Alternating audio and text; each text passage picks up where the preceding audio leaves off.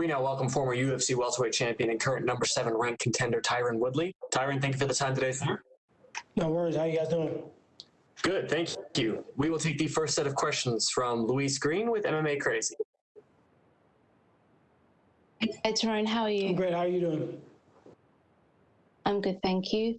So you're taking on Vicente Luque, who's currently ranked number 10 in the division.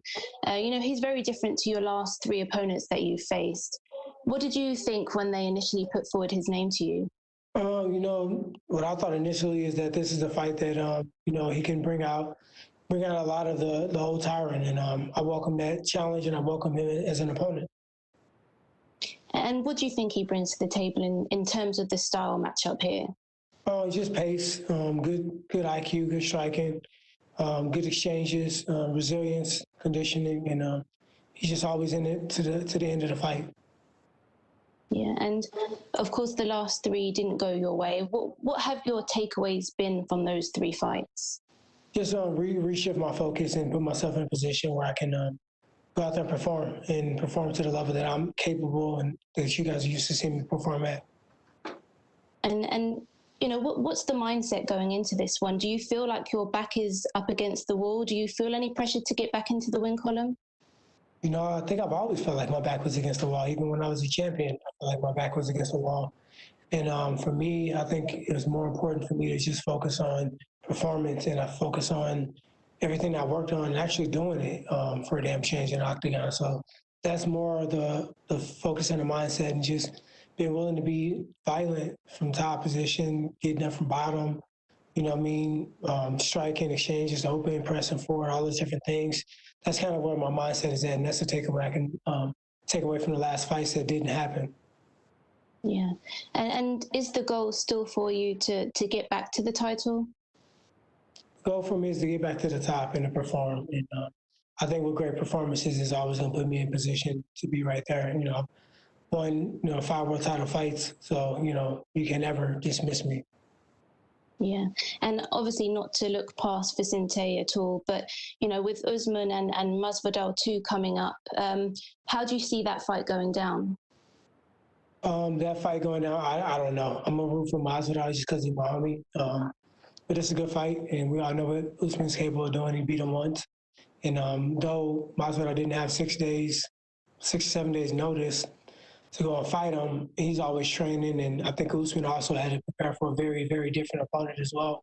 So they both gonna have more time to prepare for each other. I think it'll be a good fight, but if I had to pull for somebody, of course I'm gonna pull for Masvidal. Okay, well, thanks so much for the time. Good luck on Saturday. Thank you. We will take the next set of questions from Jim Barcelone with the Miami Herald. Yeah, thank you so much. I'm curious how training camp went for you.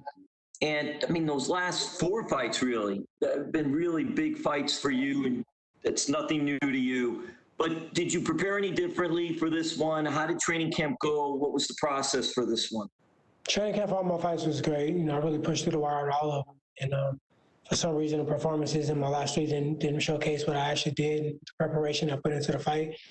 This time, we incorporated a little bit more of the mindset and really talking through, what are you thinking right now? What were you thinking in these moments in the fight? And, what are you thinking walking out to the fight? And just really living with the moments, because sometimes we try to erase and we try not to act like those are real. Those are very, very real emotions, and they control how you fight and whether you go or whether you hold back. So I think just being realistic with my last couple of fights and really addressing them and facing them during this training camp allowed me to dig deeper. Who did you bring with you? Who's going to be in your corner for this one? Daryl Cobb, Eric Brown, Dean Thomas will be in the corner. But I got a lot of people praying for me that'll be there in spirit.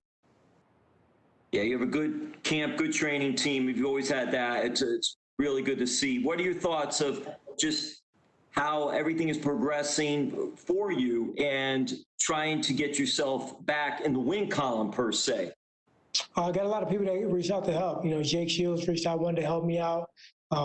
Even Jake Ellenberger, all these different people that I either could have fought in the past. Tony McKee did a great job, especially with the mental part, putting me in situations that, were very uncomfortable and making me fight through it and really challenging me. My training partner, Daryl Cobb, was there with me their entire time. It really was a positive mindset on just ridding the distractions and focusing really on the task at hand and getting your rest and getting your sleep and not allowing outside things to come into your training and your space. And Dean is always solid. He's been consistent across the board. Did more boxing sparring this time than I've done in a long time. So Eric Brown really pushed me in that, sparring pro boxers and body types like Vicente and volume like Vicente. He's just really going out there and putting on a show. So for me, some of the same, a couple things new, but mainly the mental aspect is probably the newest addition. It's interesting too, because mental is so much part of all combat sports. I'm curious for you, this big fight coming up, another big fight for you. How do you get hyped up for it? How do you get jacked up for it? Is it still feel as good as it did? Just getting ready for the fight and getting into the fight, and any butterflies? Definitely is nerves, butterflies, nerves that I'm actually going to go out there and do it. I'm actually going to perform. You know, I've been waiting on this performance for myself for a long time. And it's nervous to know that you mentally are there and physically are there and everybody's there with you and everything's lining up. It comes to free will. I got to go out there and I got to actually own the moment. I got to just basically know that it's mine. And I'm nervous more about that than even the opponent. Well, all the best. You're a great professional and appreciate the time. Thank you, guys. We will take the next set of questions from Colin Crandall with the MMA Power Hour. Hey, Tyron, can you hear me? I can hear you. Excellent. So thanks for your time, my friend. Really excited to see you in this fight. What do you think about a 3-round fight, man? It's been many years since you were scheduled for just 3 rounds. You know, I didn't think about it because sometimes I'm just getting started in 3 rounds. So it just takes for me to really think about this as a sprint, less known as a 5-round. You don't have the 1 round to kind of fill it out, to pick your shots, to kind of see what the guy's going to bring to the table. You kind of got to come out the block sprinting. So I think a 5-round fight is a sprint too. It's closer to like a 400-meter, 800-meter sprint, but this is like a 200-meter sprint where, getting out the gate is important and, leaning on your technique and your ability to scramble and winning all the positions. Before you know it, it's going to get close to the end of the fight. And then you just bite down on your mouth guard and just let it fly and just forget how your body feels. So I remember these 3-round fights. I did really well in them. And, I'm excited to get back out there. Absolutely. So you have one common recent opponent in Wonder Boy. Did you look a little bit at Vicente's fight with Wonder Boy, and can you get anything from that? Yeah, but it's a little different. Wonder Boy fights so uniquely. It's hard for me to look at Wonder Boy because if I'm looking at an opponent, I'm probably going to look at somebody that's body style is kind of like mine and fight style is kind of similar to mine and how he did against them and what was his game plan.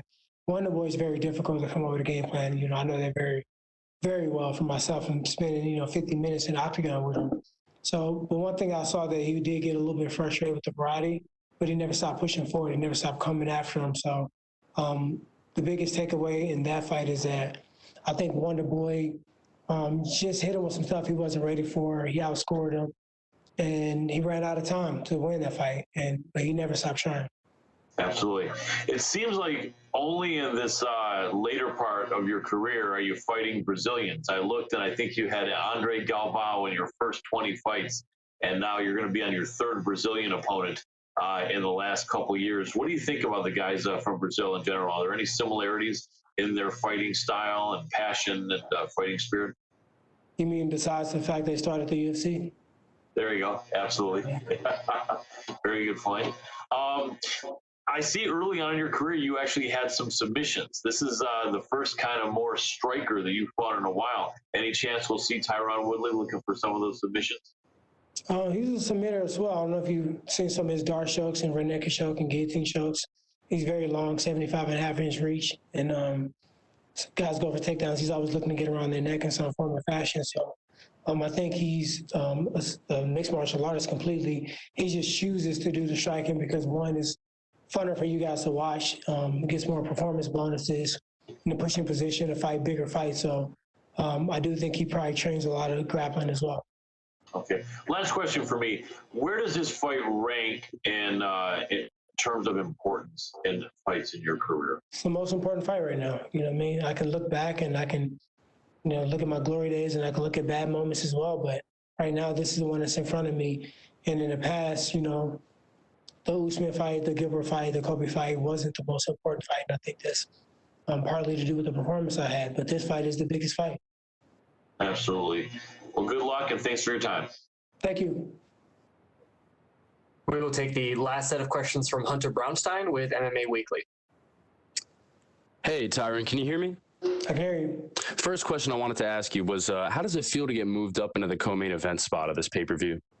I didn't even know that until yesterday. So same fight, same stakes at hand for me. So I wasn't really too focused on it. You said recently that you're tired of watching yourself lose. What do you think is the most important adjustment you have to make to properly adjust your mentality against Vicente to make sure that doesn't happen? Just exercising free will. I had the chance in each fight to win. I had the chance to throw punches. I had the chance to move forward. I had the chance to defend better. I had the chance to, be first. And I chose not to for whatever reason. So just unlocking those reasons why, I think those are very personal to me and my camp. Of course, I want to share those with you guys, but I feel like I've unlocked those things. Right. Do you feel like you have to take a certain sense of initiative with this fight? I think I should do that with every fight. I think when I do best is when I'm first, when I take the fight to my opponent. So I think that's just something that has to be from now to the rest of my career. What does an ideal 2021 look like for you? Just going out there and performing like a motherfucker in every fight, nonstop, and just going out there and just doing what I can do and showing people what I'm capable of and reminding them of how dangerous I really am. Appreciate the time, Tyron. Good luck on Saturday. Thank you so much. Appreciate you guys. Awesome. Thanks so much, Tyron.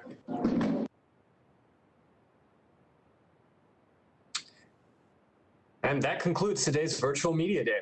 We would like to thank everyone for participating and your supporting coverage. We will distribute video downloads from today's events to your emails as soon as they are available.